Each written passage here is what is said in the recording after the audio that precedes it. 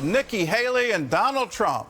They're the last candidates standing in the race for the Republican presidential nomination.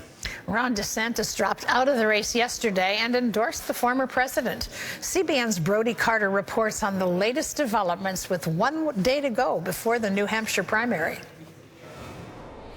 While this campaign has ended, the mission continues. Down here in Florida, once considered the top contender against former President Donald Trump, Ron DeSantis slumped to the single digits in New Hampshire after coming in second behind Trump by 30 points in Iowa last week. Sunday, DeSantis threw in the towel in a video on the social media site X, pledging his support for Trump.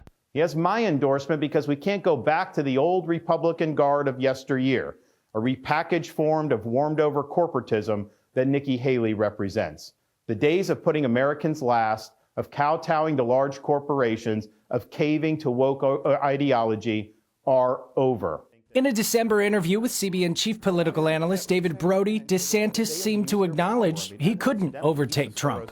I would say if I could have one thing change, I wish Trump hadn't been indicted on any of this stuff. Because it's helped him, is that what you're saying? And so therefore... It's both that, but then it also has just crowded out, I think, so much other stuff, and it's sucked out a lot of oxygen. Is this Donald Trump country?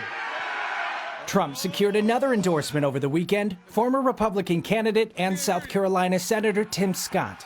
We need Donald Trump. We need a president. We need a president who will unite our country.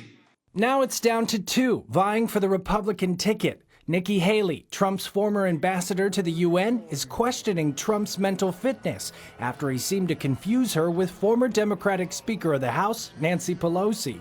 He went on and on, mentioned my name multiple times about the fact that I stopped people from being secure on January 6th. I wasn't in D.C. on January 6th. I had nothing to do with the Capitol.